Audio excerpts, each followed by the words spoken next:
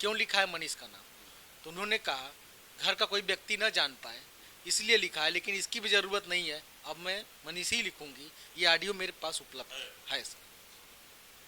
तो आपने इसकी शिकायत होमगार्ड विभाग या शुगर मिल में, आपकी पत्नी इस समय है बरेली में मैनेजर के पोस्ट पे, दोनों जगह सीनियर ऑफिसर से आपने कंप्लेन की? सर मैंने इसकी शिकायत सर दोनों लोगों से की है, और बरेली शुगर मिल को भी सर लेटर दिया है, और डीजी सर के ऑफिस में 16 तारीख को मैंने रिसीव कराया लेटर, 16 को। आप मिले डी बी के मौर्य जी से? हाँ, मैं सर गया, अपनी सारी बातें बताई कि सर मेरी रक्षा कीजिए सर, और मेरा परिवार बचा लीजिए, क्योंकि सर मेरी इन दोनों हमारे पति पत्नी और उस मनीष की वजह से मेरी बेटियां सर बहुत परेशान हो रही हैं, बहुत प्रेशर झेल रही हैं। मुझे सर रो रो के कहती हैं पापा आप आ जाओ, मुझे आपके साथ रहना है। सर मेरा एक बसा बसाया घर इस मनीष दुबे की वजह से बर्बाद हो गया है सर। मैं सर इतने सर प्रेशर में जी रहा हूँ, मन तो सर कहता हम कहीं ट्रेन से कट के मैं मर जाऊँ सर, क्योंकि सर मैं बच्चियों से कभी दूर आज तक नहीं रहा हूँ सर। समझ रहे हो? 9 साल की बेटियां सर। हौसला रखें, हौसला रखें। देखिए, एक परिवार को किस तरीके से बर्बाद कर रहा मनीष दुबे।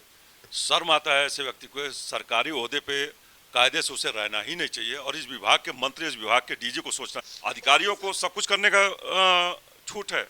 मैंने सर 25 अप्रैल को धूमनगंज में सर शिकायत दिया, और 27 अप्रैल को सर रजिस्टर्ड डाक से भी भेजा, कोई कार्रवाई नहीं हुई, बल्कि ज्योति मौर्य अपने पद का धौंस जमाते हुए मेरे खिलाफ दहेज उत्पीड़न का आरोप लगा के मेरे ऊपर एफआईआर, पूरे परिवार के ऊपर एफआईआर करवा दी है। लेकिन जैसा मुझे मालूम है कि ज्योति मौर्य के पिताजी पारसनाथ जी, ये चिरई गांव वाराणसी में आटा की चक्की चलाते थे, उनकी माँ गोलगप्पा बेचती थी, तो कितना दहेज दिए होंगे जिनके पास खाने के लाले हों? सर इसके सर गवाह हैं, और इन्होंने मुझे 5,000 रुपये तिलक दिया था, जो मेरे लिए 5 लाख के बराबर था, क्योंकि हम लोग सर कभी भी दहेज नहीं लेते, दहेज विरोधी हैं सर। पूरे गांव से आप पूछ सकते हैं, और इनके गांव से भी पूछ सकते हैं, इनके गांव के प्रधान जी हैं, आप किसी से भी पूछ सकते हैं, इनके बड़े भैया हैं, वो झूठ नहीं बोलते हैं लोग कि 5,000 ही हमने दिया था। हम कभी ये नहीं कह सकते कि आप इससे ज़्यादा। पूरी शादी 5,000 में हुई? पूरी शादी सर 5,000 में हुई है। तब ये दहेज उत्पीड़न के कैसे आरोप? ये इन्होंने आरोप लगाया है कि 30 लाख रुपए लेके आई थी और फॉर्चूनर गाड़ी मांग रहे हैं सर यही आरोप लगाया थाने में सर। दुख की बात तो यही है सर कि फॉर्चूनर गाड़ी 2010 में ही शायद लागू हुई थी कि नहीं हुई थी, लेकिन उन्होंने उसमें लिखा है, लिखित शिकायत दिया है कि अपने पद के हिसाब से वो सर।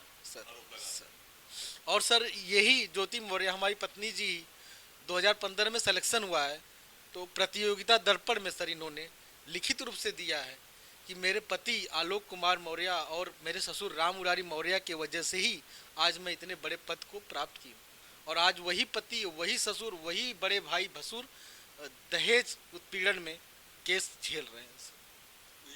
केस लगा चुकी है वो? सर एफआईआर दर्ज हो चुकी है धूमनगंज थाने में सर। 7 को इन्होंने एप्लीकेशन दिया, 7 को एफआईआर दर्ज हो गई।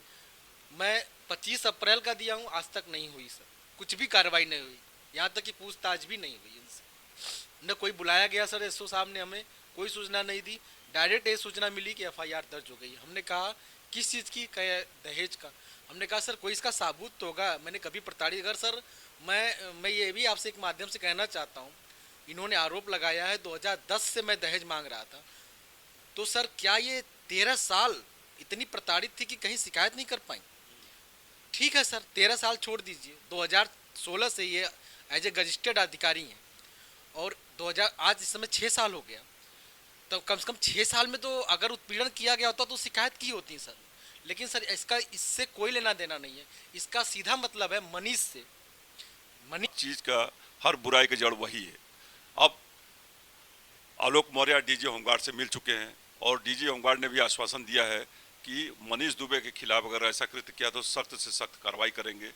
लेकिन सवाल ये भी बनता है कि जब धूमनगंज थाना में इन्होंने आलोक मौर्य ने रिपोर्ट दर्ज कराई, उस वक्त कार्रवाई क्यों नहीं हुई? और जब इनकी पत्नी यानी महिला पीसीएस अधिकारी ये कंप्लेन वो भी फर्जी तौर पे दहेज उत्पीड़न का कराती है तो उसी दिन एफआईआर लॉन्च हो जाता है। क्यों? इसलिए कि वो अधिकारी है, तो जो फर्जी आरोप लगाएगा उसको सच मान के पुलिस